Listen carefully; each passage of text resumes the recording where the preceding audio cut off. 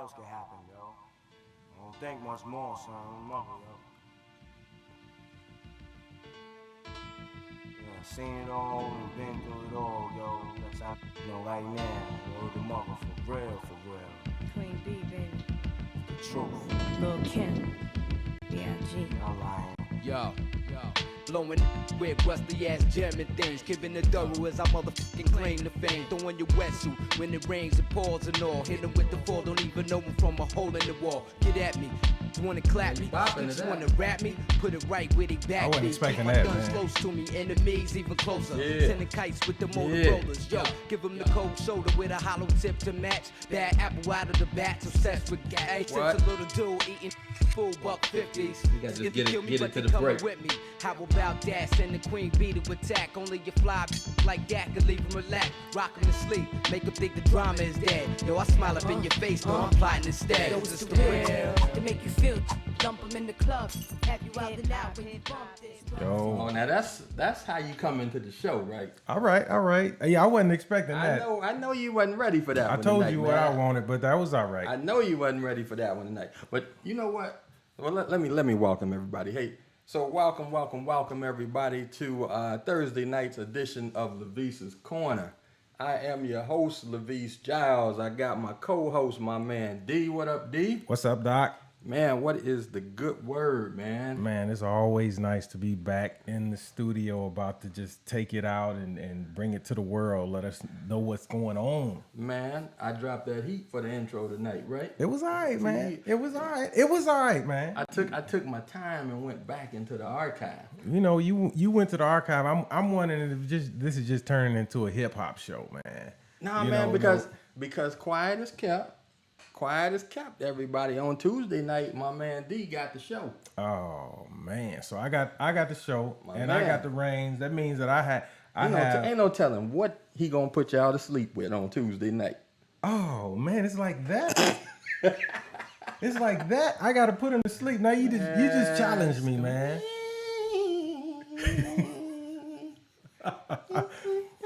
Come on, man. I think. So you you don't think I can bring some flavor? Hey, I see it as a challenge. That's cool. It remains to be seen. Okay, I mean you had your little Kim going, you know. No, but I got some stuff tonight. You had your little Kim. She's a little played out right now. You went back man, I went to the old school. You went to the old school. You know, I'm sure most of the kids out there that's listening right now don't have a clue of what that was. What? Look, I'm gonna just show you a little bit of what I'm gonna drop for you tonight. Though. Okay. Check this out. What you know about this? What? So you didn't loaded your arsenal. You didn't give me a chance. You didn't loaded your arsenal, but that's all right. Yeah. That's all right. You know, I may have to get a secret weapon in here. Bruh. You know, you didn't loaded your arsenal. Man, don't look at my list. Don't look at my list, man, because I did. I took a little time tonight, and it's all right. I did a little homework. I saw some 3 times dope over there.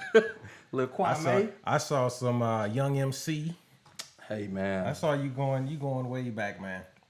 So what's the word today, man? What you got? Man, there's so much stuff going on right now, dude. You got the NFL free agency going on. You know, the Bears picking up different players, and everybody trying to better their team. You see your boy Matt Forte Going to the Jets. Is that a good thing or a bad thing? It's a good thing for him, man. I mean, you know that he's reunited with Brandon Marshall. Oh, yeah. So Brandon had as long a big as he year. don't blow his stack or something and get traded before the season starts. Nah, you know, Brandon give you the first 2 years good, and then after a while he started tap dancing on the hoods of cars and stuff, man. And Who else? What other big moves? I know they trying to get Kaepernick over there, right? Well, I think they may be trying to get Kaepernick over in Denver because my man left. he just jetted. He jetted him. He said that now they gave him a big contract. They said, you're going to be the man. And he said, you know what? I don't like the way you guys played me because you started Peyton Manning. He was upset about them starting the legend. So he's like, I'm out. So he went to be, he's starting for Houston Texans. Okay. So, you know, he doing his thing. And The Bears picked up a nice little Some linebacker. lineman or something. You know, Linebacker. I never know anything about them dudes. I can't pronounce his name. What's his name? It's like Tresvant. Yeah, They picked up Ralph Tresvant. It's all good. Nah, but they looking all right, man. They looking all right. So I'm looking forward to seeing what's going on. They got their little receiver back from last year. Kevin White was hurt, so Okay. they got him coming back, man. So you got that going on. You've got definitely still got the NBA noise going. Did you see your boy Steph Curry, another man. beyond half court shot, halftime shot. I'm tired of watching that circus stuff. I know it's circus, but hey, he's hitting it. Listen, I'm just joking. I'm not hating on the dude. Yeah, because you don't. I'm really not. I don't want him to beat the Bulls record, but if they either way, if they do it, I prefer they don't. But if they don't and they go ahead and lose these 11 games, oh man, I'm gonna be rooting for Golden State. They're gonna do it. They gonna end up doing it, man. But outside of sports, man, we got. Hold on, just give them an update, man. We watching this Bulls game right now. We got the Bulls game on, and the Bulls, they're still without your boy Jimmy Butler. Yeah, but they battling right now. What is it? 52-47, San Antonio Spurs. What is this? The second? Almost halftime. So they battling. Man. They doing anything, but they just holding on. I heard somebody whisper in my ear a little bit ago and said, "Hey, it's just halftime. You'll see. It's gonna fall apart." Yeah. I don't know if that dude know anything about basketball, but we'll talk about that. Yeah, we'll talk about that. We'll probably talk about that dude later. We talk about that later. That dude. Hey man, so can I talk about OJ real fast? You can talk about OJ. Did you watch the show? I watched it. Man, I ain't know your boy Darton and Marshall Clark had a little thing going on. Man, he hit him with that Barry White. See, that Barry White got her going. She was sitting on that floor crying, and he came in there and he said as soon as she put her head down on his shoulder, I said, "Oh, this a done deal." I said, once again it's on. Once again it's on. The Cube saying, "Once again it's on." Hey, bruh. You think they got some little Dartons running around someplace, man? I don't know, but man, why they play your girl? They talked about her look so bad originally. Then she went to the studio and came in there with that Jerry curl, man. My man say, why would she been hanging out with Rick James? It was tight Jerry curl. It was a straight up curl. Look, if she had put on a White Sox cap, she looked like she would have been one of NWA, straight up. She could have been straight out of Compton. Yeah, man, absolutely. She was tough. She had a colder curl than the Easy E, man. Yeah, but this week Johnny took a hit this week, man. Johnny took a little hit. He took a hit, but Johnny gonna come back strong next week. I already know that, man. So well, you already know the outcome. So we know the outcome, but I just like to give it. The young folks today, they may know the outcome, but they don't really know anything about what happened. My daughter is in school for criminal justice. Okay. So we were sitting up there watching it the other night, man. So they don't really know all the ins and outs of the trial that happened, man. So even though we know what the end result is, it's cool to kind of walk through it, man, in some form or fashion, man. Man, I mentioned OJ to my son, and he said, "You mean OJ Mayo?" Right, and that's what I'm talking about, man. That's exactly what I'm talking about. I said, "All right, he don't have a clue." Nah, man, right. He don't have a clue, man. So what else, man? What's going on in your world of politics, man? I'm staying out of politics right now because we can't go where that caller took us on Thursday, man. On Tuesday. What did he call it? He called it bimodal distribution. That dude never called back here with that mess, man. Don't call the show with that kind of stuff again. Man. That's not our audience. Our audience, we have smart people in our audience, but they don't care about bimodal. Yeah, whatever that is. Whatever distribution, whatever that means. Man. If you call back and you start mentioning big words like that, man, we dropping you off the call, man. That's right. We're going to drop you off hot. Yeah. But, I'm trying to stay out. Your boy, what's his name? Bernie snuck up. Hey, Bernie went up, snuck in a jab. Yeah, gaffled her a little bit. Straight gaffled. Straight gaffled her right in the drive-thru. Right in the drive-thru. What? For the Nissan trucks. He took her Nissan truck. And you old school hip hop folks, y'all know what we talking about. Yes, indeed. Who did it? Yes, indeed. JD did it. JD's gaffling. So I guess she got her head is spinning right now. But inevitably what's gonna happen with that whole thing, man. But yeah, I don't think our viewers really care too much about what's going on. It'll get hot, and we'll have to talk about it. Oh yeah. Oh yeah. Oh yeah. But I saw a couple of things, man. Do you know who Jonathan Goldsmith is? You should know, because if you don't know who this guy is, then you just misinformed. You don't. You off the planet. You gonna put me on the spot like that? Well, you may not know who he is, but just, Yeah, I know who he is. Okay. But go ahead and tell your story about him. He's the most interesting man in the world. That's your guy from Dos Equis. You know, Okay. Yeah. 10 years running. So he's been doing it for 10 years running. I saw where they retired him. Where's that? They retired him. They shot him up to Mars. So they got a commercial out where they send the most interesting man in the world up to Mars, and they ended the commercial series. And he done. He done. So my man is just gone. He just gone, man. So who's the most interesting person now? That's well, it's two of us now. Witness? Yeah. Oh, it's like that. I mean, I can have a co-interesting man in the world. See, I don't want that title, dude. That's just second nature. I don't get the pride. Co means two. I didn't say secondary interesting man. I said No, co. You the most interested, and I'm co. That's like having co. No. We are co-interesting men of the world, man. Top flight security. Top flight. All right, we top flight security. Right. We top flight DJs. Craig man. and Day Day. Craig and Day Day. I'm Craig though. I'll be Day Day. Yeah. I'll be Day Day. Yeah. So what else, man? We got a couple minutes before we roll into our first break. Man, okay. I know everybody going on these vacations and things. You know, they flying out all over the world, man. You know how hard it is. You know, the cost of airlines and the hassle that you have to go through. Yeah. So so now, they give you the cheap rates, and then they charge you all this money for your carry-on bags, right? So I'm reading the news, and they just caught this lady in France. Dude, they caught the lady in France. She stuffed She had a kid in the bag. She put a kid in the carry-on. She put a kid in the carry-on bag, man. Yeah. I mean, has it really gone to that where you can't afford to fly, so you put Day Day or Riri? Yeah. Now she was in France. Yeah, so it wasn't that. She was trying to cut the price. She didn't want to pay that fare. She say, look, okay, I'd rather pay for the carry-on than to have to pay a full fare to put this kid. For my kid. To pay for the kid. Kid was like 4 or 6 years old. Little kid jump out the bag once she got on the airplane. Man, you know everybody got to go to the bathroom after a while. Well, speaking of airlines, did you see that fight on the airline? I was going to ask you about. Wait. You had the. Well, see, now this was a question that I was going to ask. Yeah. So you got the ladies with the boombox on the airline, right? Yeah. So somebody says, people say, could you please turn that down? And this was the response that I think that the lady said, no. What are you gonna do about it? And my question is, was them some sisters?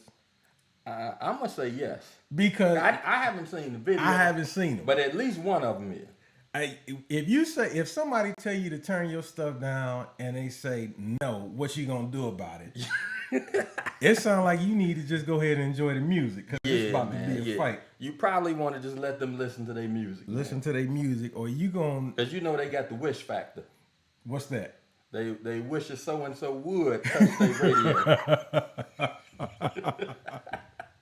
I wish you would come over here and touch my radio. You would. Right. And so that's a sister, right? That's a sister. That's a sister. So this goes out to you, Riri and Shanae and Raekwon. We know you was on that flight. Why you gotta call them that, man? Come on, dude. In France. This wasn't in France. That the lady in France. No, yeah. Now the lady from France. Spirit. I don't even think Spirit go to France. Hey, but the lady in France was from Haiti. So she's like, hey, you know what? I ain't got a whole lot of money anyway. I gotta get little Paris in this bag here. Yeah. But it's been it's been interesting, man. I've been following up some stuff. I got to follow up on Dancing with the Stars. I don't watch it, but they got the new people coming out right now. Yeah, now that's a show I never watched, dude. I never really watch it, man. But I'm a follow up. I said I was gonna jot down the names of the folks. I know they got Marla Maples, your boy Trump's ex-wife, is gonna be on there, and they got Von Miller from the football team. The football players don't last long, man. Now, hey, man, your boy Jerry Rice went on there and took it to the top. Man. Not them big linebackers though, man. I think Jerry Rice, He was a little light on his feet. I don't know what you're trying to say about that. You know what I'm trying to say. But we going to our first break for the day, and when we come back, we gonna introduce our special guest for the night. We gonna get into it, and man, we gonna have a little fun. That's right. This guy's a legend. Yeah, man, this dude is like walking tall. Walking tall. That's right. Yeah, man. So, folks, we going into our break. We will be right back, and I'm gonna hit you with a little bit more of that Biggie.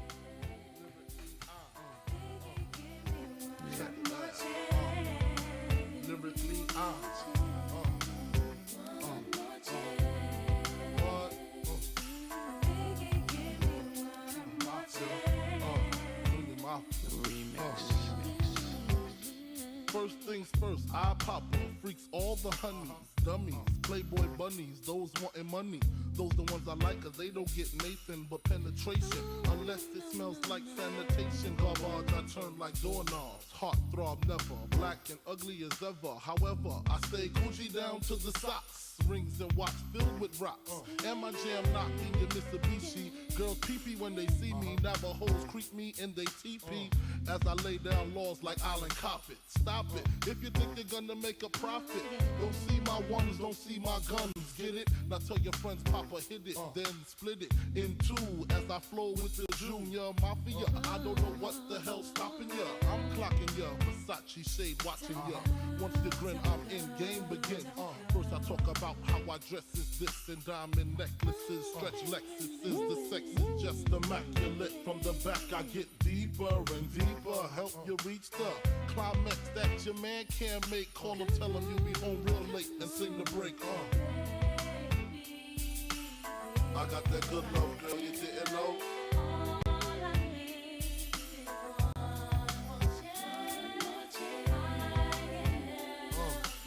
I got that good love, girl, you didn't know.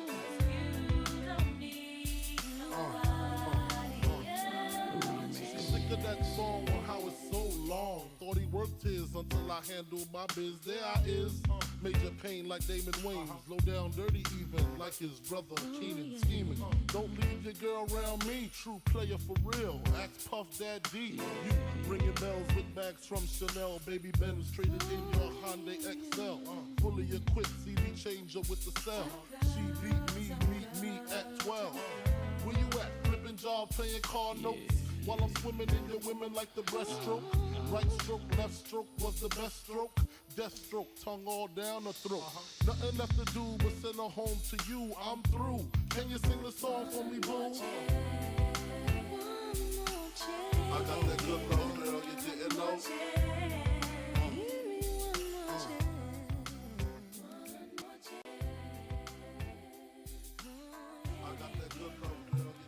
All right. We are back live. We are back live in the studio. Man. And I'm super excited tonight, man. You know why? Why? Man, because we got a guest in the studio tonight. And, man, this guy is the real deal. Yeah. You know, both you and I know this guy, man, from way back. And, you know, honestly, and we'll get into this, man, you know, as we get through the show. But, you know, when I first met this dude, you know, I ain't even like him. But 30 years later, almost, man, my man, you know, is like a brother to me, man. Not like a brother, he my brother, man. And, you know, he just continues to do big things, man. He continues to push forward despite, you know, any challenges, man, that I put in front of him. And, you know, just continues to you know, overcome and to excel, man. And, you know, I'm just super excited to have him in the studio tonight, man, just to kind of talk, you know, about his story, man. You know, he is, you know, now just published his first book, man. So now he's kind of a world-known author. We're going to get into his book tonight. And you know, we're just gonna let him tell his story, man. You got any words you want to say about him? You know, it's funny because you know, I've known Norm, you know, after you, and when I first met him, one of the first things I remember about him was that he almost got me beat up, still in the hat, down at Illinois State University. you know, and ever since then we've just been, you know, that this is my guy. We've always been tight. You know, I've watched him grow, watched him through all of his challenges and triumphs, and you know, this is a guy that if you're looking for motivation, if you're looking for somebody to look at for drive and to get yourself going in any aspect of your life, this is a guy. You know, you want to talk to him, you want to read his book. This guy's special. Yeah, and on top of that, man, this guy, man, got the nerve, man, to call me, man, and tell me what theme song he want, man, on the show. You would think he was Prince. You think this his show, man, but he gonna send me a text saying, hey, man, for my introduction, can you play this song for me? What kind of stuff is that? He told me when I get in the studio, I want jelly beans, take the black ones out. Yeah, man, he getting, you know, he got a book out, man, got his picture on the front of a book. So, you know, his head is going through the roof, man. But, you know, we say all of that to say, man, we want to introduce to our studio world-renowned author, our brother, Mr. Noam Ross. And Noam Ross know that I don't forget about him. Even though he have unreasonable requests, you know, I still aim to please. So, brother Noam Ross. That's all I'm saying.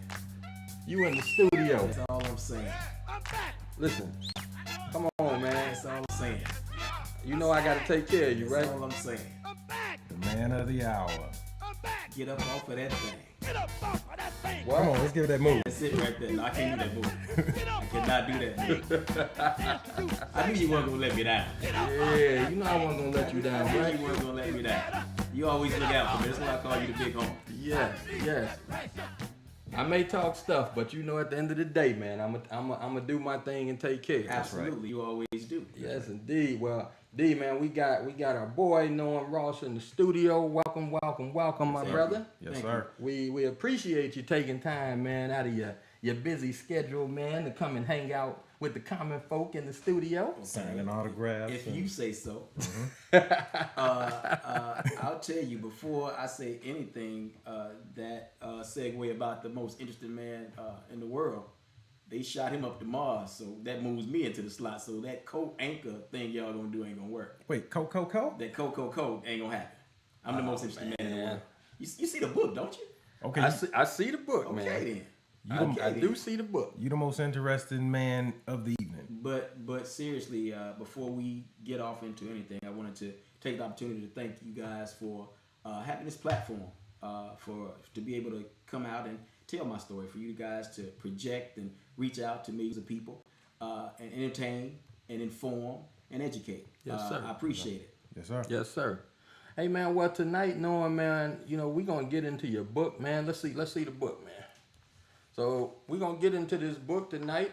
So you're on dialysis. You're not alone, right? Absolutely. You're on dialysis. You're not alone. And, you know, I think when many people see this, man, you know, they think it's a book that's solely about, you know, dialysis, man. And so, you know, one of the messages tonight I want, man, if you can dig into, is that this material can be applied to any challenges that you're having in life, man. Absolutely, right? Absolutely. This book is the title is a labor of love for me. It's something very close to my heart. It's my journey. It's what I do every day. It's part of my life. Yeah. But it's not a book geared toward people who are on dialysis. It's a book for anybody facing any type of adversity. Yep. Any type of challenges. It talks about digging down in your inner man and motivating yourself, because a lot of times there's no one around to motivate you. Sometimes you know, you're carrying your cross by yourself and there's no one there. You know, like Jesus had a buddy when he got tired. The brother stepped in and carried his cross a couple of steps for him until the guys beat him back down. Sometimes in life, there's nobody to carry your cross with you, and you have to carry it by yourself. And this book just touches on that, talks about what's needed to overcome adversity. You know, I think that in my story, every dialysis patient is not a Noam Ross. Right. And I say that to mean that I'm an exception. And that doesn't make me special. That just means I'm blessed. God blessed me to be the exception. Most dialysis patients, aren't even in the vicinity of where I am with regards to having a quality of life and living my life a certain type of way. And reason being is because once you assign this task of dialysis, the first thing that comes to mind is visions of life attached to a machine and your life is over. Yeah.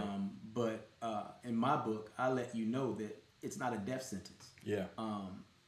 It's quite the contrary. You can have a good quality of life while being a dialysis patient. You can have a good quality of life dealing with any challenges in your life. It's about perspective. Right. I always called myself a warrior, and I was always told that the only difference between the warrior and the average Joe is that when a warrior gets knocked down, he gets back up. Back up. The average Joe stays down. Yeah. So color me warrior, man. Yes, indeed. Yes, indeed. Well, definitely, man. I think that what we first started to do, man, is talk about a little history, man. You know, all of us got history, man, here sitting in this studio. Right. And I was joking, man, when I said, you know, I ain't like you when I first met No, you weren't joking. you didn't like it. You didn't like it.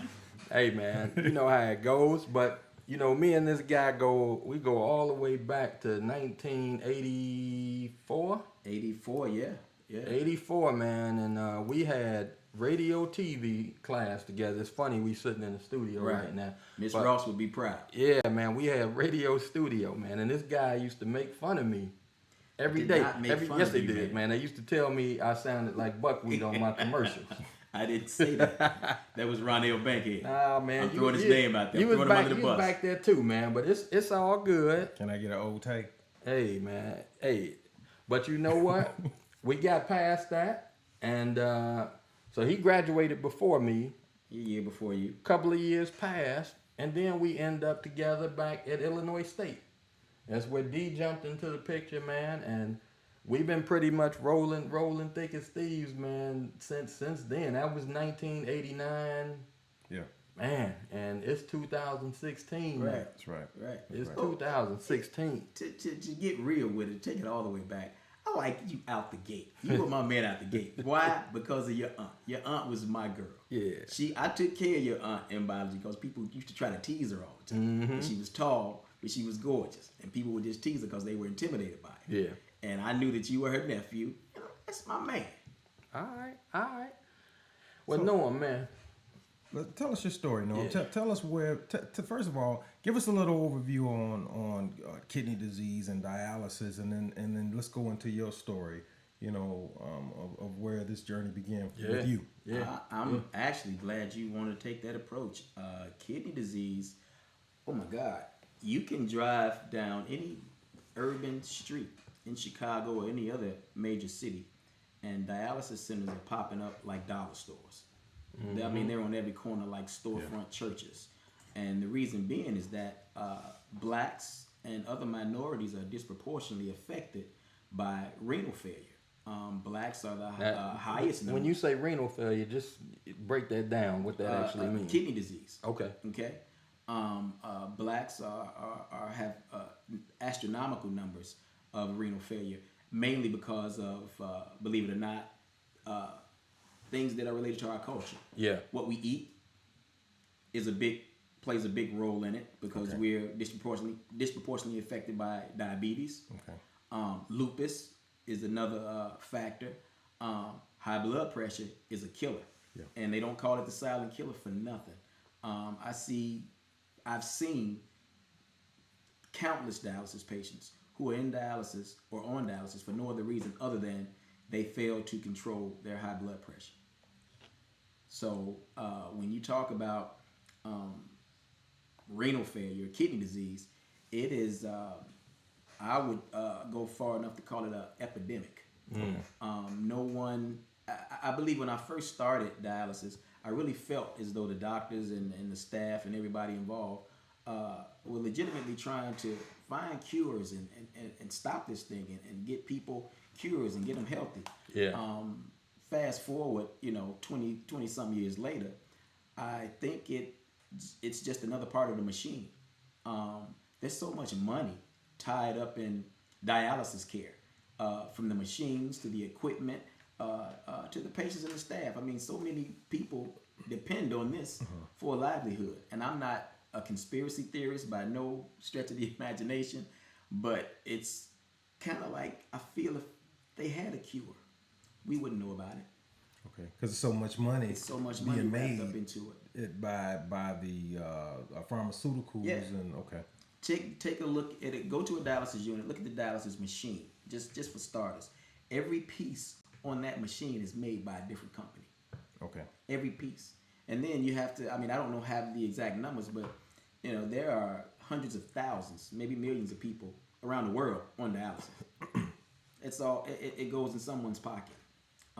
But renal failure is an epidemic, and blacks are affected by it more than any other group.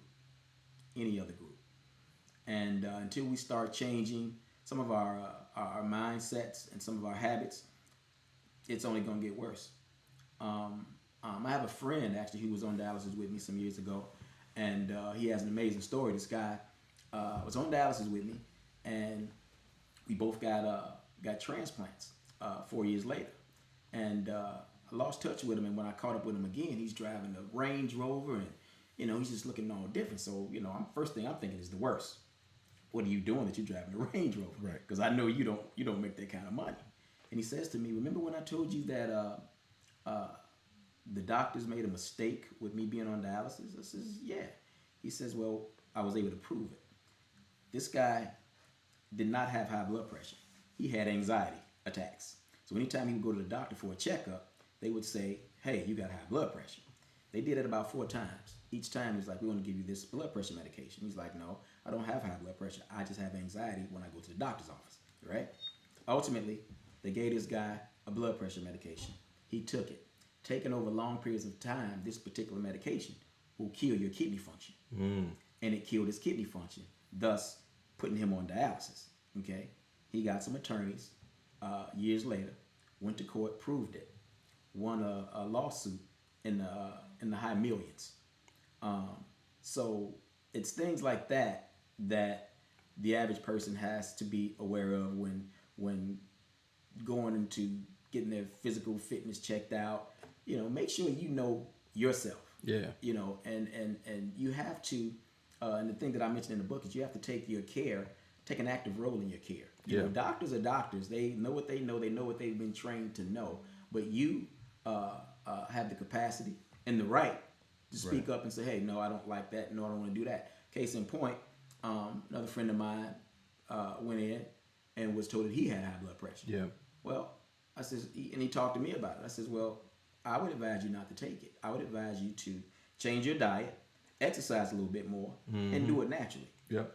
Because what most doctors won't tell you is that if you change your diet and your lifestyle, become physically fit, that is a cure for just about anything that you can come across. Yeah.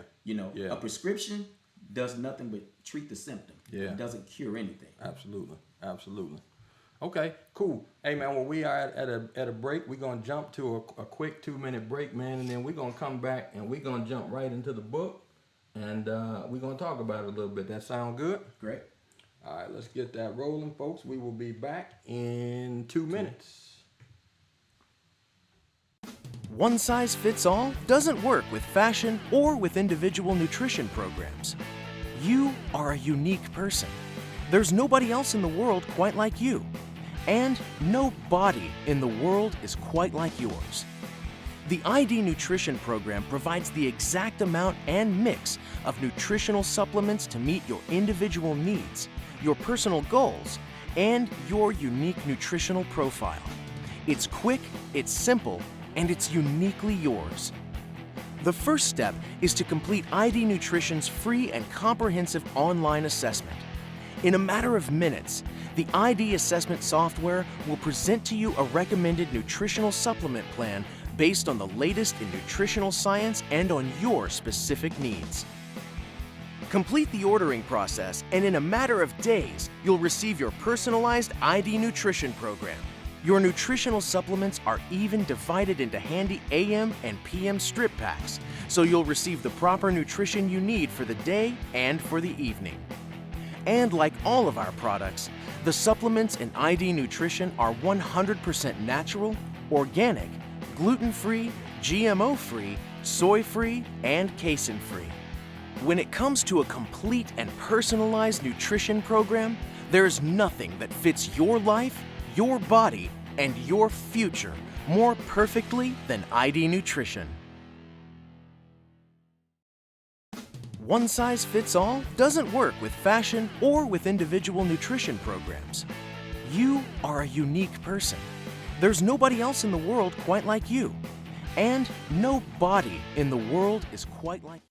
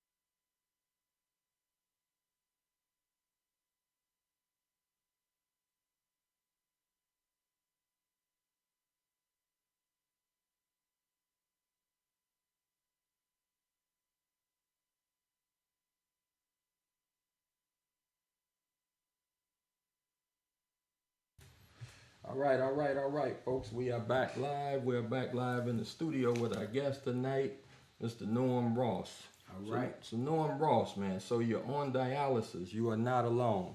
So, man, talk to us about the book, man. When did you get the first idea to get this book going? I know we talked, man. It seems like maybe some years ago that you may have started thinking about this, man. So tell us how the book got started and kind of give us a synopsis of the book, man, and about what you were thinking about when you were doing it.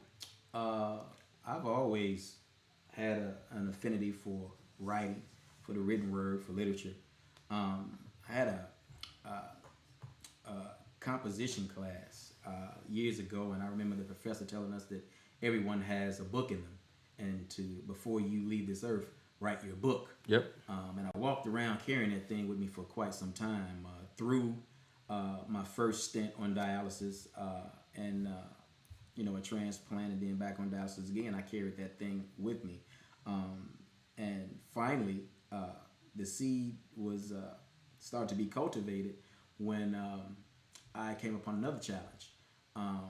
As you guys know, I am a visually impaired person, have been for the last couple of years. I don't see anything out of my right eye, and I have about 35% of my vision in my left eye. Yep.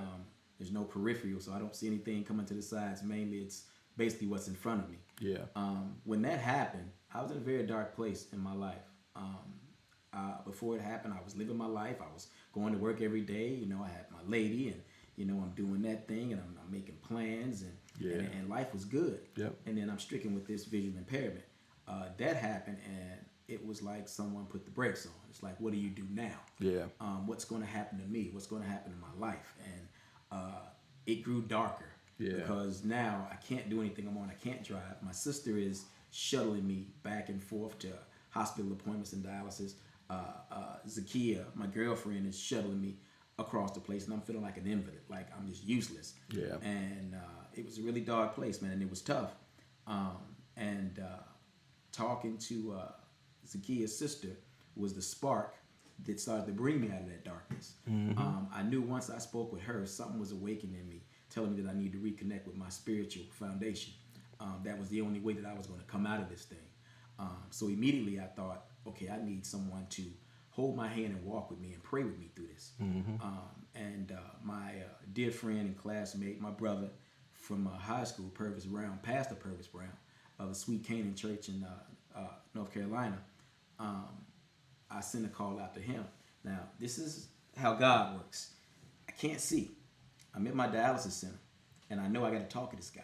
The last time I spoke to this guy was via Facebook inbox, because I don't have a phone number for him, right? So I set it dialysis and says, okay, I'm going to send him an inbox message, but I can't see what I'm typing so well. But I'm going to type and hope something goes through. I typed out everything that I was feeling, everything that I wanted. Hey, I want you to help me walk through this. I got this issue going on. I hit send. He called me back within a minute, and he says, I got your message, brother. Whatever you need, I got you. And I'm like, man, I appreciate you calling me back. And I was, starting to get emotional about it. I says, before we talk about anything, can you tell me what my message said? He said it said everything that you wanted it to say. Everything was right.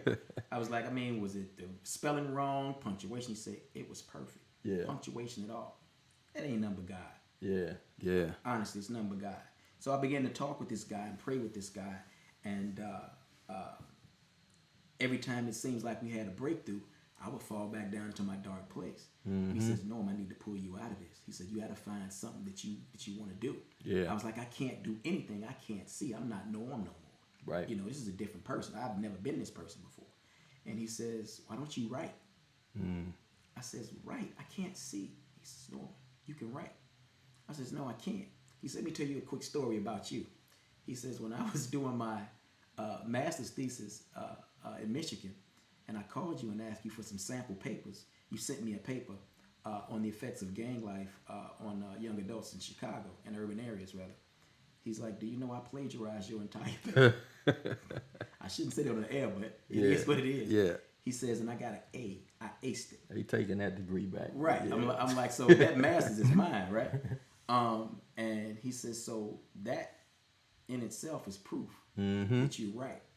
And because I knew I always loved writing or whatever, I says, okay, I know I want to write, but what do I write about? Yeah. He says, whatever moves you, whatever you have going on in your life, write about it. And then what came to mind is something my pastor said years ago. Your misery is going to be your ministry. Yep. And I had to think about the thing that made me most miserable, the thing that pissed me off, and that was being on dialysis. Yeah. So that was the origin of this book. What I will tell you is that I started and stopped several times. Each time I stopped, it was because of self-doubt. Yep. You never wrote a book before. Who do you are to think you can write a book? You know what I'm saying? You don't, this is for someone else. This is not you. Yeah. And I found that every time I stopped, I started to fall back into that dark place. Yeah.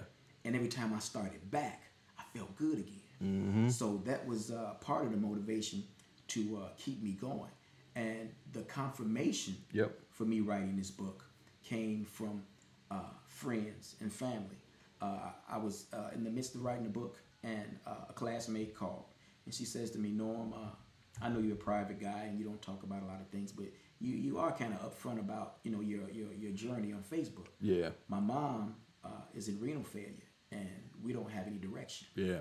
And so I kind of start answering their questions and kind of walk them through the process. Shortly after that, my cousin called. Yeah. And began asking me questions about dialysis. Yeah. Now, from where I sit, anytime someone asks me a question about dialysis, either they're affected by it or someone they know is affected by it. So this is my cousin, so I know my family, and I'm thinking, okay, could it be his kids? Could it be, several months later he called and says, Doc, I start dialysis tomorrow. Wow. Now, the thing about this, where the confirmation comes in at, is that every question that those people asked me, I had already started to write about in the book. Yeah. And that was God saying, you're on the right track. Keep doing what you're doing. Yeah. And it is so much more than just a labor of love. It was the place where I found my purpose. That is what this book is and what it means to me. My purpose is to help people through the hard part.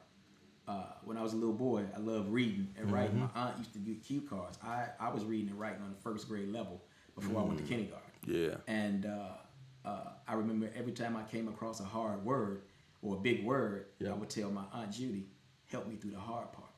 And I come to realize that that's my purpose in life.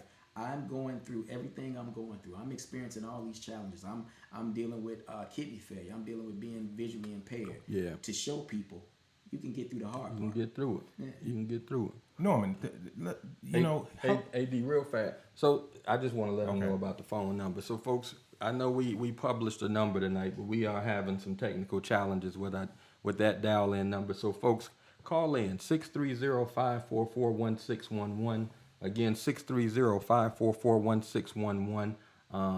Let us know what you think. You can give your thoughts, ask questions. Talk to Brother Norm Ross. So again, 630-544-1611. You are free to call in. Thanks, man. Norman, so let me know first, how many years have you been on dialysis, and then kind of walk through what a dialysis treatment is. What does a person on dialysis go through on a daily basis, and just can you explain that? Because I don't think many people really know what that process is. Sure. I started dialysis in November of 1994. I was 24 years old. My kidney failure is not a result of diabetes, not a result of high blood pressure. It's a result of a kidney disease called focal and segmental sclerosis, which is a fancy medical term for scarring, severe scarring of the kidney tissue. Sean Elliott, NBA, basketball, he had it, as well as Alonzo Mourning. Got you. Okay. So that lets y'all know I got baller skills because I got the same thing the ballers got. Anyway, Okay.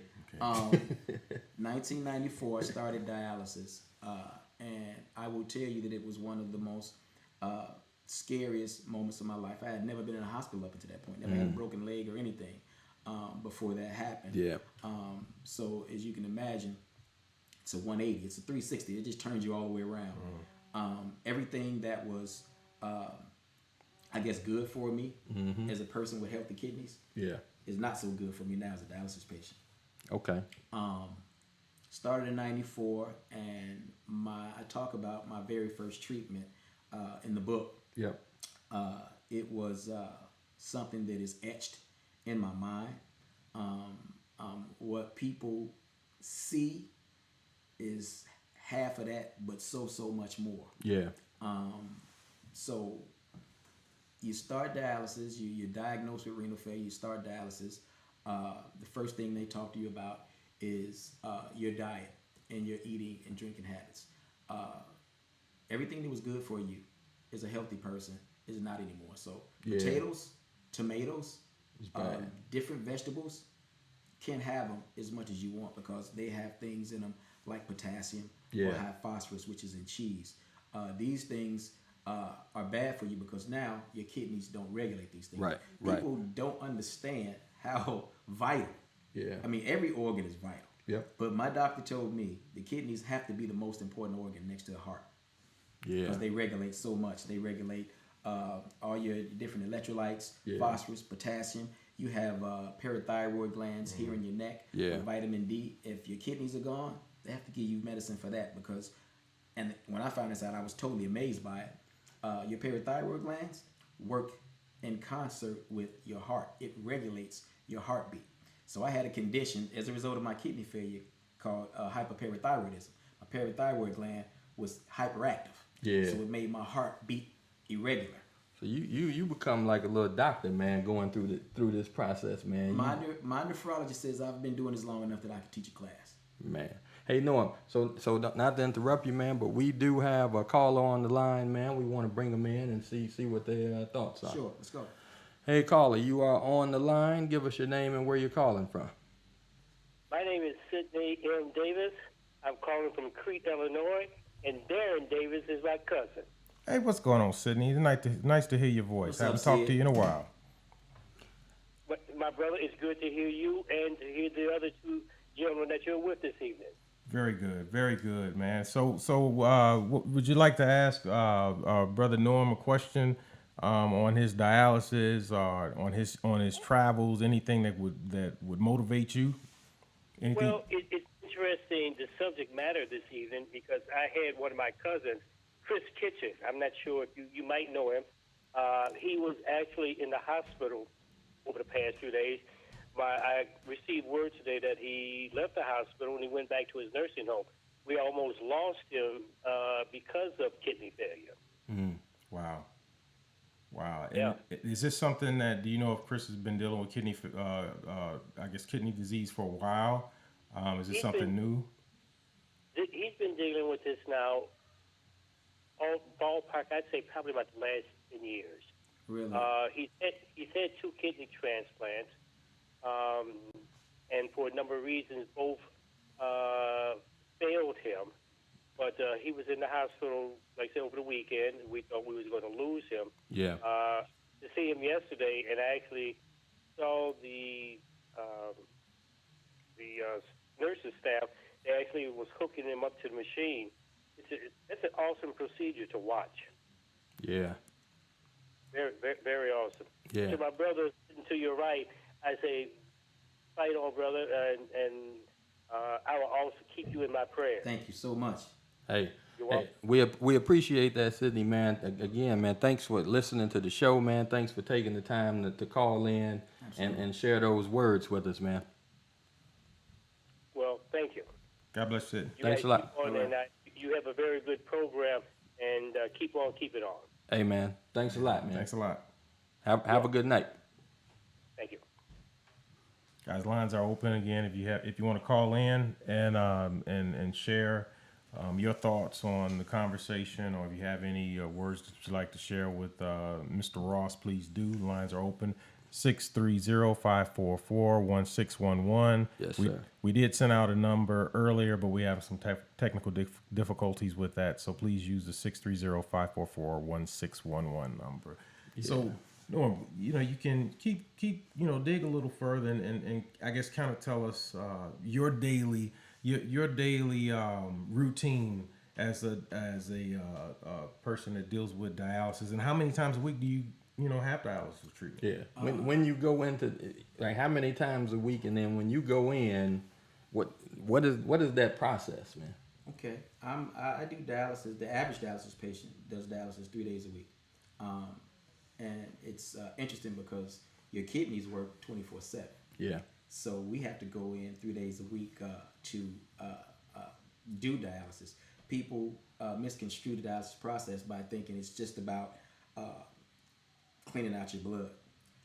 When you are on dialysis for a certain length of time, most dialysis patients, the average dialysis patients, lose the ability to make urine. That's what the kidneys do. It makes urine. So all the waste has to come out through your bloodstream. So that's the other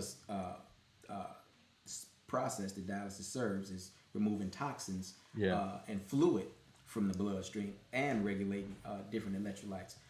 My daily process, dialysis is an everyday process. I go Monday, Wednesday, and Friday, but it's an everyday process. When I'm not on dialysis, I'm thinking about the next treatment, what my responsibilities are in between each treatment. Again, the average dialysis patient doesn't make urine, so you are limited as to how much you can drink in between each treatment. I think the measurement is a liter, so I can drink a liter Tuesday, Thursday, Saturday, and maybe a half a liter Sunday, because those are the days I have 2 days in between. Is that a liter of anything? A liter of fluid. Anything fluid or gelatinous. Gotcha. Okay. Or that turns the fluid. Yeah. So, and one of the tricks they tell you about that is, to try to kind of keep your mouth moist. I know Darren got a kick out of that. Keep your mouth moist. Chew ice, whatever. The thing that works for me is lemons. I love lemons. I eat lemons. But as a dialysis patient, I'm a dialysis patient every day of my life. Yes, sir. And as I mentioned in the book, it's about self-motivation. So in between each treatment, like today was the non-dialysis day. In addition to thinking about, being able to come on your show and talk to your listeners and to your viewers, I'm thinking about tomorrow's dialysis treatment. Yeah. How much fluid did I drink today? I stopped off on my way here before getting here and had something to eat. I ate some potatoes. Yeah. And as with anything else in life, you can manage being a dialysis patient by remembering one important word: moderation. Yeah. Everything in moderation. Yeah, I remember we went to what was that, Cancun? We went to Punta Cana, yeah. Yeah. Oh, Punta Cana. Yeah. This past July. summer, man, and I guess moderation was the key because Yeah. we were gone for what? 6 days. 6 days, man, and And- I could tell, that probably that fourth, fifth, or sixth day, Fifth man, day. it started to take its toll on you. 5th day, I started to kind of churning down, but the doctors and my dietitian thought it was amazing. They said I did amazing. I had a liter every day. Yeah. They thought that I would come, and we measured liters by kilos once we get to dialysis. The process that Darren was talking about, when I go into dialysis, when every dialysis patient go in, we Yeah. have a thing called dry weight. Yeah. That's the weight you're at with the least amount of fluid on your body.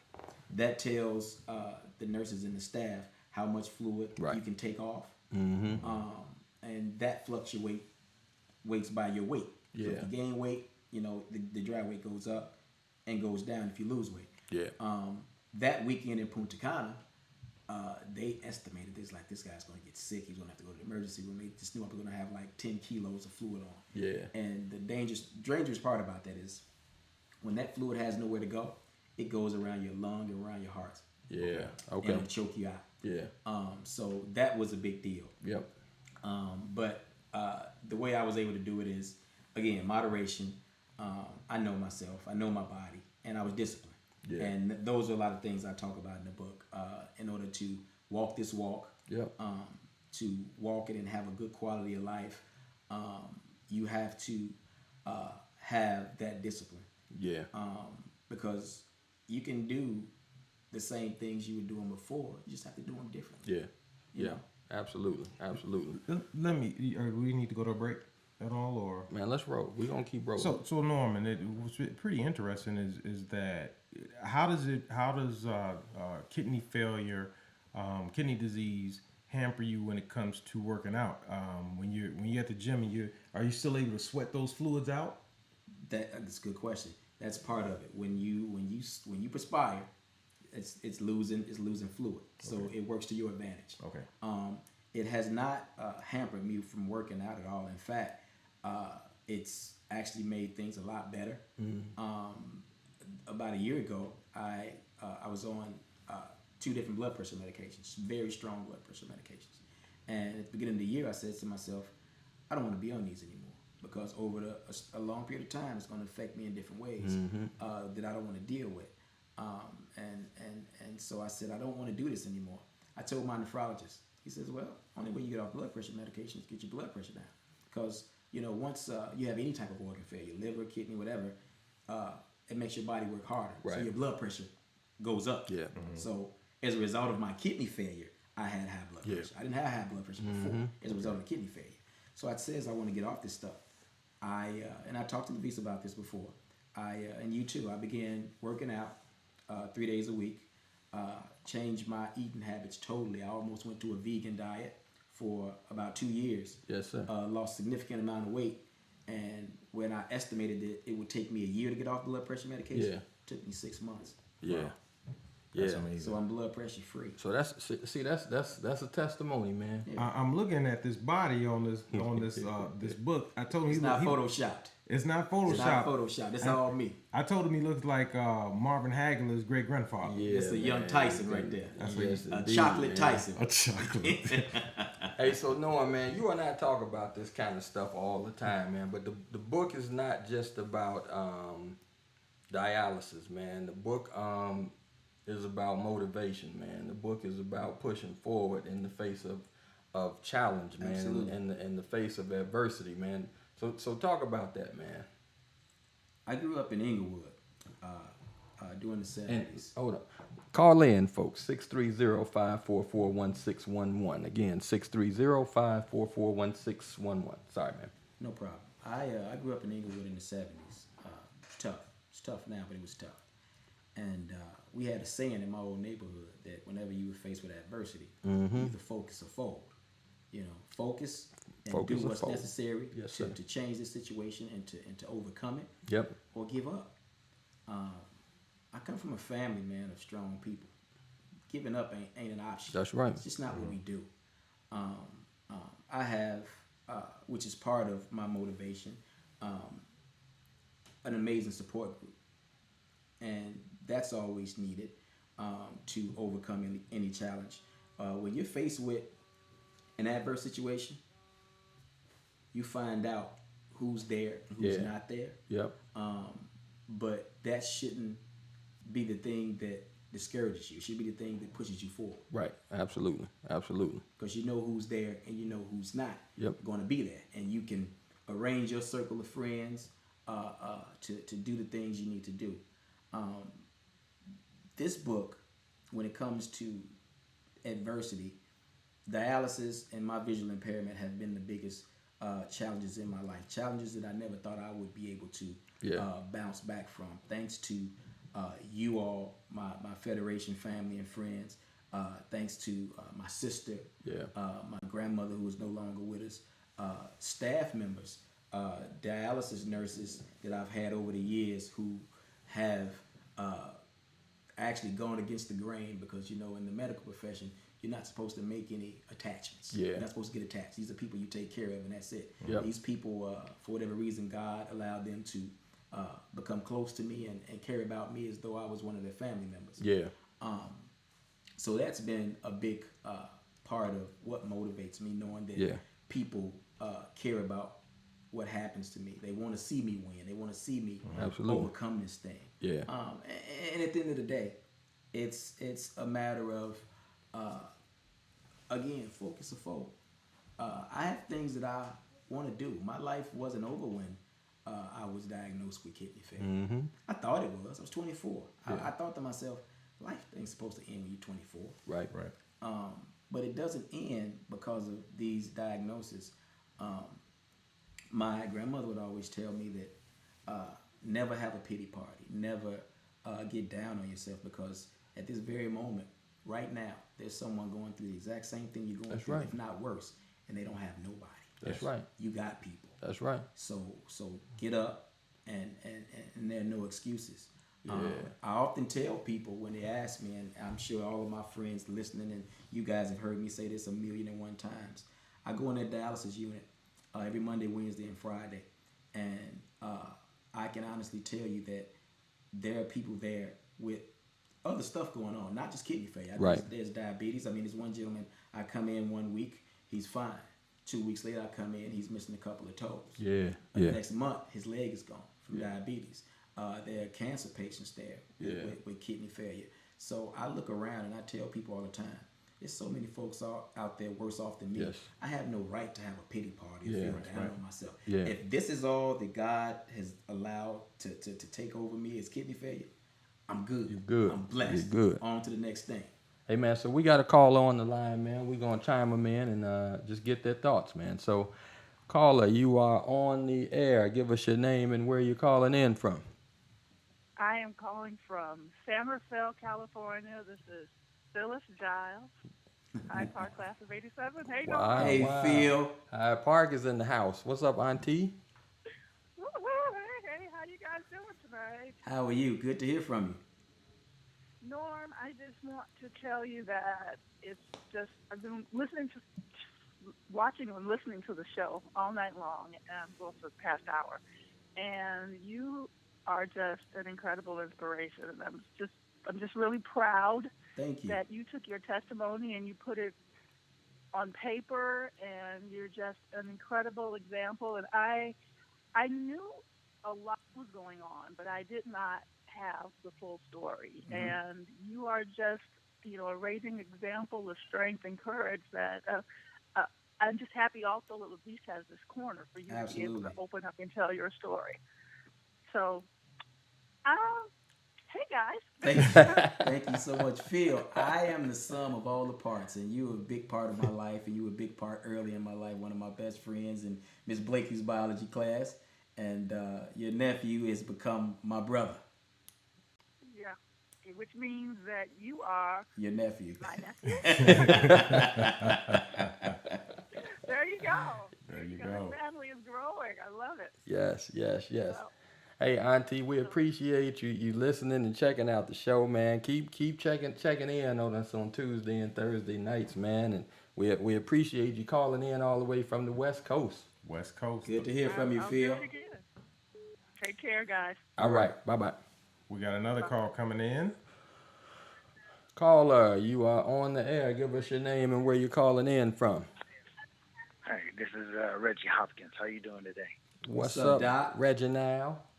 What's going on, man? You got it, chicken. Hey, I just wanted to tell Norm that I love him and that he needs to keep doing what he's doing. Love you back, dude. Cause he's doing a great job. Appreciate you, man. You know I love you back all day. Oh man. Hey, Reg, don't yeah. get Norm crying in the studio. It man. won't happen. I told Darren we would not get emotional today. He's got his handkerchief and everything. He's ready to cry now, man. Don't listen to him, chicken. No, because he's motivation for me because I know he hasn't talked about his lack of visuals, but he has talked about everything else that needs to be taken care of when it comes to me. Yeah. Because I'm at a loss of words right now, so I'm kind of battling along. Y'all need to forgive me. No, you good, man. You know what? It's coming from the heart, Reggie. It's coming from the heart, and we feel it. We definitely feel it, man. We appreciate you calling. You might want to stop talking that because I do feel a tear coming off. He listening to the show in the background. Hey, Reg, it's all good, man. I'm gonna turn it down. I put it on mute. Yeah. No, man. I mean, you as well, man. I mean, you are a testimony as well, man, to many of the things that we talked about tonight, man, in terms of, man, being able to push forward, you know, in the face of adversity, man, being able to get up when you're knocked down, man. You know, one of my guys that I listen to, E.T. Eric Thomas, you know, he says, man, all of us gonna get knocked down in life, man. And he said, you know, the key thing is when we get knocked down, make sure we fall on our back, man. Because if you look up, you can get up, man. Absolutely. And, man, you brothers, man, are again, a true testimony to that, man. So I want you guys, man, just to keep pressing forward, man, and keep spreading the word, man. Because believe it or not, man, what we talking about tonight, man, there are people listening, and there are people that need to hear this message tonight, man. There are people out here that, you know, are somewhere that may be getting ready to give up, man. And, you know, both of you guys, you know, just the words that you're sharing may be that one word that someone needs to hear, man, that sends them in another direction tonight, man. That's right. And that's really the reason that we wanted to get this on. And that's really the reason that we're going to stop whenever we stop tonight, because I think that this is something that needs to be heard, man. And, I'm just glad you brothers are here to share it, man. So, Reg, we appreciate you, man, calling into the show, man. Appreciate you listening. Appreciate you being our brother, man. Just keep pushing forward. That's right. Love you, Doc. I love you all too, and I just want you all to know that it's not about, like you said, when you get knocked down. It's about when you get up. That's right. That's right. That's right. That's right, man. And that's all I have to say. I love everybody there. 1, 2, 3. All right, kiss the babies, man. Yes, sir, man. All right, man. All right, bro. Later. Take it easy, man. Later. My man, Doc. Man, that's good stuff, man. Yeah, that's good stuff, man. That's Superman right there. Talking about getting back up, man. Yeah, for real, right? He got back up. He's got a story that he's got to tell. Absolutely. He's definitely got a story that he's got to tell. Yeah, and we're gonna get that story in, man. But you know, just to go back to it, man. You know, again, the challenges, man. So let me ask you this, man. What are some of the things that motivate you, man? You got another call coming in. That's a good question. You want me to let's take this and then we'll go from there. So, hey, caller, you are on the air. Give us your name and where you're calling in from. This is Rasan from Bowling Green. What's up, Rashawn? How you doing, man? I'm all right. How you doing? Good, man. Thanks for calling in tonight, man. What's on your mind? My question is for Norm, man. You know, as a black man, you know, we don't always get that outside influence. So I want to know, how do you keep that motivation without any outside influence from the world and maybe even your family members, you might not always get that extra push. Oh, great question, man. Thanks for asking. Again, a lot of times, you have to self motivate. Like you said, you won't have people there to lift you up. Sometimes the people who you think are going to be there when adversity comes won't be there. Yes. And then you're left standing alone, holding your own cross. You have to draw energy from any place you can draw energy from. You got to find your spot. You got to find your happy place. That place of peace that gives you strength. I feed off the energy of my friends and my family. I have a great support system because it's my second time on dialysis after the transplant. I call it my support system 2.0. But I know myself, Rasan. I know that in order for me to walk this walk every day, in order for me to walk in that dialysis unit every Monday, Wednesday, and Friday, I have to have positive energy and positive thoughts. Now, like anybody else, I have my good days and bad days. I have days where it's kind of hard to get there, but just like the cover of my book, I gotta fight through. I literally fight through so much. Depression can sneak in and will sneak in. Every chance you give it the opportunity to, it will sneak in. But you just gotta beat it back down, man. I know it sounds cliche, it may sound corny, but you have to find that inner spirit and feed off of it. One of the things that I found with my dialysis walk is that when I started going to dialysis, dialysis is a process that will drain you. You can leave out of there feeling like a wet dish rag. Honestly, you can't hold your head up. I've been there. And I found that the days that I went to dialysis and I was having a pity party and it was woe is me and why is this happening to me and I don't want to deal with this anymore. I left out of that place feeling 100 times worse. I mean, I almost need a wheelchair to go home. Yep. But the days that I went in there with positive energy, with positive thoughts, if I had to think about a joke that somebody told me or old memory from my childhood or just something joking around with my guys, wherever I can pull that energy from, I pull it. And when I get to dialysis, I throw that off to everybody as I go in. I joke, I laugh, I play, I talk stuff. And when I leave out, I can actually go out and hang out. Yeah. I mean, you guys can attest to it. I've gotten off dialysis after a 4-hour treatment and gone to a birthday dinner or a party with my friends, all based on my mindset, my positive energy. And that's how it works for me. Yeah. Very cool. Yeah, and hey, Rashawn, man, and yeah, just like my brother said, but man, in life, man, you got to keep pressing forward because a lot of times, man, you're gonna look around and you're gonna be the only one that believe in what you're trying to do, man. Absolutely. And you got to have the fortitude, man, and the mindset to keep pushing forward when you're the only one that believes in what you want to do, man. And myself, man, I'm one of those guys, man, that I got a vision. I got things that's in that vision, and I'm gonna drive towards it, man. I'm not gonna sit and wait for validation for someone else, man. And so, to that extent, man, keep pushing forward, man. Whatever it is, even if others don't understand it, man, you keep pushing and driving forward towards whatever it is you want to do, man. That's right. That's right. Yes, sir. Thank you so much. Thanks for calling in, man. Yes, indeed, man. Thanks for calling in. Thanks for listening, man. You're welcome. No problem. All right. That's a good call, man. Yeah, man. Very good call. That's absolutely good stuff, man. Like I said, man, I think this is a call, man, that, there are people out here, man, that need to hear this stuff, man. And here's the thing, man. At the end of the day, people really have no idea what you go through in life. Just like the caller Phyllis, she said, she knew you had some challenges, but she never knew to what extent, you were going through things. And it's the same thing. It may not be dialysis.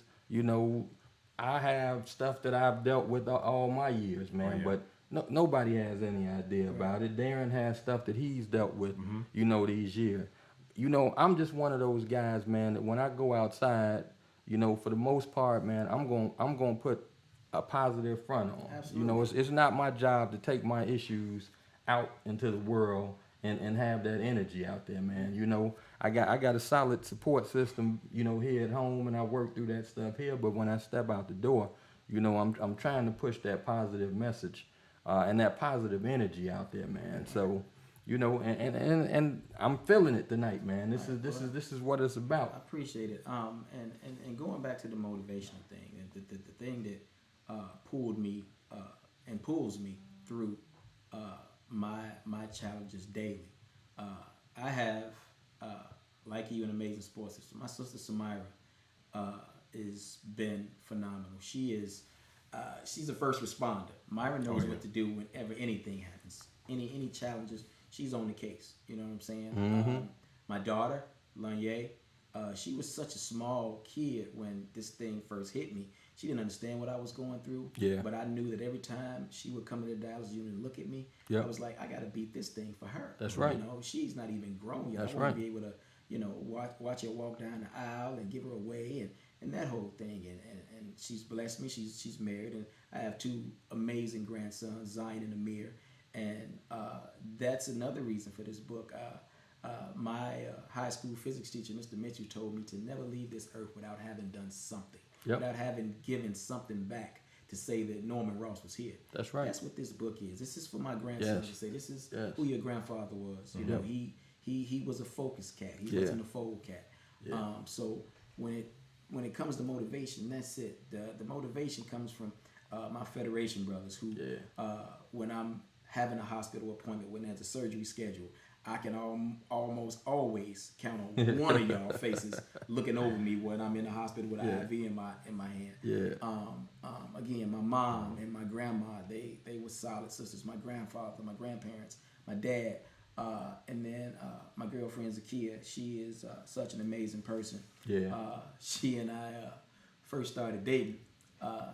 I didn't tell her about dialysis. She didn't know anything about it. She just knew I was this cat that was falling all over, acting like a chump, right? And don't say it, Darren. I won't say it. We got we got people calling. The lines are filling up with they people burning right up, now. man. They burning up. Let's see who we got on the line here, man. Hey, caller, you are on the air. Give us your name and where you're calling from. Hi, it's Mike and Trina. It's the Turner team. The Turner team. Turner team. Turn up, Turners. What's up, Turners? How y'all doing tonight? Thanks for calling in to the show. What's up, y'all? Hey. What's up? What's on your mind? We call because we want Norman to know that we're his biggest supporter. I'm trying not to cry. Don't you cry, girl. Yeah. Don't cry because Norman gets put out of the studio if he starts crying. Well, I probably won't credit it. I might get up and shout, though. He's my champion, Hercules. Mr. Options, don't do it to me. So, Norman? Yeah. You are such a big inspiration to me. You got me. Thank you. Stop doing that. Hey, Simone, is she serious, man? Yeah, she over here crying right What? Wipe her tears. Wipe her tears, man. And put the kids to sleep early. That's right. Right, you got Sunfire over here crying. You better get yourself together, Norman. I'm sorry, Sunfire. I love you, though. I love you more. And I appreciate you. I'm so happy that I met you. And there's been a whole lot of conversations that I've had with Michael where we said, you know what, can you just even imagine what Norman's going through, but you can never tell? I mean, your demeanor, I mean, just the way you talk and, you know, your prayer and all of that stuff, it is so powerful because my father was just diagnosed with stage 4 prostate cancer that had spread it. And just your strength, I was able to talk to him and said, you can get through this. Absolutely. We're going to do this. That's right. And once he found out that he had us and that, you know, there's power in prayer and what he needed to do, because it's all a mind thing. Absolutely. And once he got past that, man, you know, my father was up dancing with that one leg, and you can't tell him nothing. And so, Norman, I want you to keep doing what you're doing. Thank you. Right. I done told my book club to buy your book. I've got the seniors at work reading it day by day. We're doing a journal at work. So I want you to know that what you're doing is an inspiration to other people and what they're going through. And I want you to keep that up, Norman. And I want you to know that Norman Ross paid me to call in.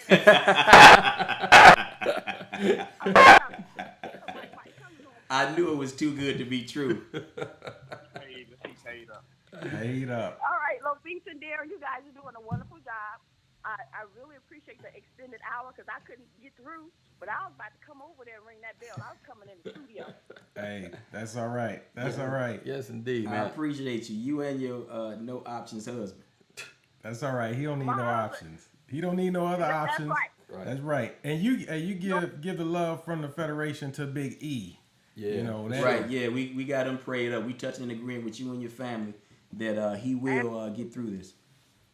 Absolutely. Now, I just want y'all to know I got to go because I want y'all to cut this part. I want y'all to edit this part. Are we live? You live, man. Just don't curse. You can say whatever you want to say. I'm done. I'm gonna let the other callers call in, but I want to know that me and Michael was over here supporting him, and we're just happy. Every step that he's taken, we're happy for him. I love the turn up turners. Hey, man, we appreciate you. We appreciate y'all, man. Guys. Keep listening, all right? All right, bye, guys. All right, bye-bye. It sounds like Mike Simone Turner better run. You better run, Mike. Hey, man. So Norm, man, you see the calls coming in, man. So at the end of the day, you talk about, man, a support system, man. You got the calls coming in, man, and I think that's what it's all about, man. At the end of the day, we are all your cheerleaders, man. We are all out here, cheering, man, and praying that everything works out, man, and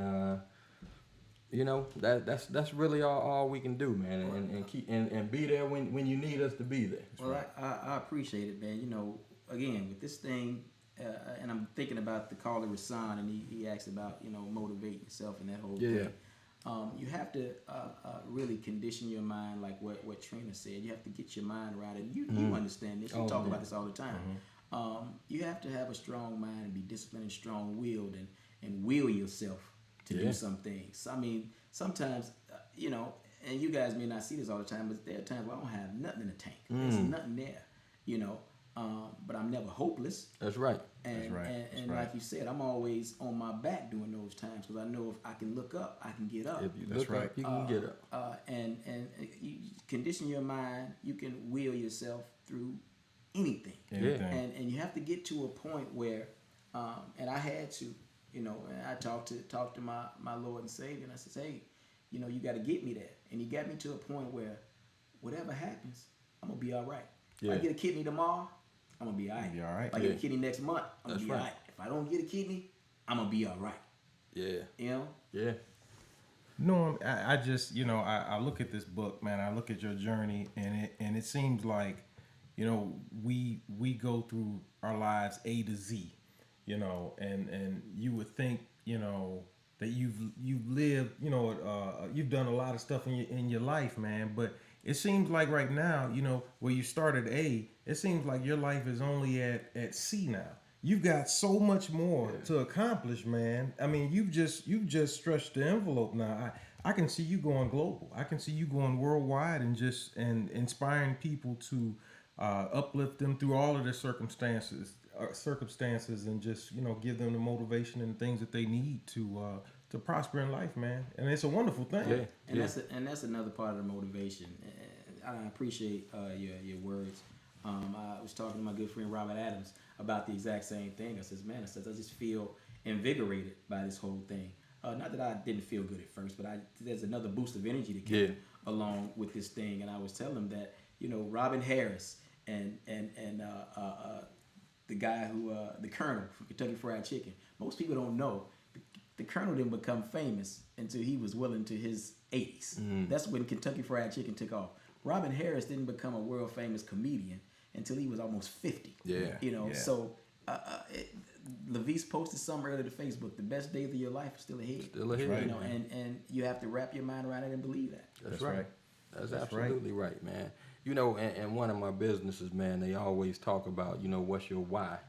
Why you actually do something, why you wrote this book, why we get up and go out and work every day, man. And they say, that if your why don't make you cry, it's not strong enough, man. Absolutely. You know what I'm saying? And you got it here, man. You got it here, man. We got a caller, man. Let's see what they're talking about. Hey, caller, you are on the air. Give us your name and where you're calling in from. What's up, brother? This is Jeff White down in Florida. Dog team. Jeff, what's up, my brother? Dog team, salute. What's up? My brothers out here doing good things. Tampa Bay Jeff. That's me. That's me. What's on your mind tonight, man? I just got to give my boy his props, man. He is just spitting knowledge tonight. He is inspiring everyone. Thanks, Jeff. And I'm just happy to say I know you, my man, because this is just fantastic information you're giving everybody. Likewise, Everybody with 3 should hear what pillars. you're saying tonight. I'm bouncing off 3 pillars, baby. We're going to do a co-book signing. That'll be big time. Big time. And you know Levisa's gonna be in management. That's right. He gonna be right behind us. We messing up the sound. Darren's a co-manager. We got to let him be involved too. Darren's always a co-something, man. Darren don't like the title co anything, man. Don't put that on him. Take the co off, man. That co don't, call me the chairman of the board. Yes. There you go. Yes. Chairman Davis. That's what you call him. All right, whatever makes you happy, D. That's cool. But There you Norm, go. you are just inspiring everybody, man. This is just fantastic information you're putting out. And I love what you're talking about the eating and the diet and the pharmaceutical industry, because that's where it's at. That's what people really need to hear, and you are the perfect person to talk about it because you live it. Thank you. You are living proof that you can do it. Yeah. If anybody can do it, after watching you, anybody can do anything. Absolutely. That's right. Keep on doing what you're doing. Absolutely. Appreciate it, dog team. And you know, you got the support of everybody, and you know all your boys support you too. We got your back. No doubt. Wherever you go, we going with you. Absolutely. Yes, indeed. Yes, indeed. Hey, brother Jeff, man, we appreciate you, man, continuing to listen, man, and calling in and checking on us and dropping your words tonight, man. Absolutely. Good job, brother. I'll talk to y'all later. All right, man. Have a good one. All right. You too. Brother Noah, man, we are about 4 minutes, man, away from wrapping up the show tonight, man. You know, only you, man, will come in, man, and have us extend this show, you know, an extra 30 minutes, man. And you know, I told D before the show, I said, man, we gonna end the show whenever it ends tonight, man. And you know, again, man, I said it once and I say it again, man. I think your message is powerful. You and I often talk about legacies and leaving a legacy. I think, man, you are right there on it, man, with this book, man. You know, your grandkids, man. You got something on paper, man. You got something that's gonna be around forever. And man, that's what legacies are made of, man. So, dude, just keep being you, man, and keep pushing forward, man. And you know, call me, man. You know, when you need to get the sales up and stuff, man. You know, right. And we'll make this happen, man. But at the end of the day, man, tell everybody, man, how they can get in touch with you, man, how they can get the book, and go from there, man. All right. Right now, the book is available at Amazon.com. It will be soon available to download on Kindle. We are looking to do a book signing next month, and details are forthcoming on that. And at some point, I'm actually trying to get a campaign together that I actually want to talk to you a bit more about, would help me put some things together. But at the present moment, it's all about pushing the book, creating a buzz for the book, and getting this book in as many people's hands as possible. That's Again, right. It's not just a book for dialysis patients. Yep. It's a book about anybody facing adversity. As Jeff said, I'm a regular guy. I was born and raised in Inglewood. I'm supposed to be a statistic. Yep. You know, a lot of people in my family didn't go away to college. I was blessed to have had the opportunity and meet you guys. So again, I'm the exception. Yeah. And I'm an exception not because I'm special, because I'm blessed. Yeah. All the credit and glory goes to God for providing everything He's given me, my support system, you guys, my family. Zakia, Samira, Lanye, the boys, the Ross family, the Boone family. That's what it's about. And I just hope to be able to touch and transform as many lives as possible. Taking the plug from my good friend Mac McGee. But that's where it is. I just want to touch people and, again, help people through the hard part. That's my purpose. Yes, indeed. So where can they get the book, man? Amazon.com right now. I think in the next week it'll be available to download on Kindle. We're talking to some black-owned bookstores to get it on their shelves. So just be looking at me. But in the meantime, Amazon.com is $20. And I will tell anybody to get 2 copies and gift a copy to someone that you know that's going through any adversity, especially dialysis patients. Yes, indeed. If you buy it from me, it's gonna be $25, but you can get it off Amazon for $20. Boy, oh boy. Hey man, we want to, man, again, just thank you, man, for joining us tonight, man. It was our pleasure to have you in the studio. That's right. Man, ton of fun. You know, of course, you know, we probably could have went on for the next 2 or 3 hours, man. Yeah. Talking. We'll definitely, no, man, we will definitely have you back in the studio, man, to talk again. We're gonna get deeper into this motivation, man, this personal development, and you know, we gonna dive into it, man, because I think it's some more work out here, man. Absolutely. You want to hit him with the, you know, with the final question? Yeah, man, we can't let you leave without answering this question. Okay. Top 5 MCs, man. Top 5 MCs. Yeah, what's your top 5, man? From 5 to 1 or from? It don't matter what order. Worst. Rakim is number 1. Rakim is number 1. I have to give it to Guru, number 2. He haven't been on anybody's list yet. What? No. Not yet, man. I'm gonna throw M in there. Okay. Just because he's a beast. Okay. I'm gonna go Jay-Z. Okay. And I gotta go Biggie. Okay. Is that my 5? That's your 5, man. You threw a curveball. Yeah, you threw a curveball with Guru, man. Man, gotta get Guru. These are the words that are manifested. Yes. Guru had everybody rocking the pit with the fist. But before we go, we've been having a beef. We've been having this beef about the music that we should play. Now, this guy right here is a Here true... we go. All right. You're going to get somebody in here to gang up on me tonight. But go ahead, man. This man right here, Norman Ross, you know, not only is he an author, but he's a true aficionado of fantastic music. This guy right here is a jazz legend right here. Mm-hmm. So we've been having an argument. He's been telling me that there's not a jazz song that's out there that's capable of opening up this show with energy.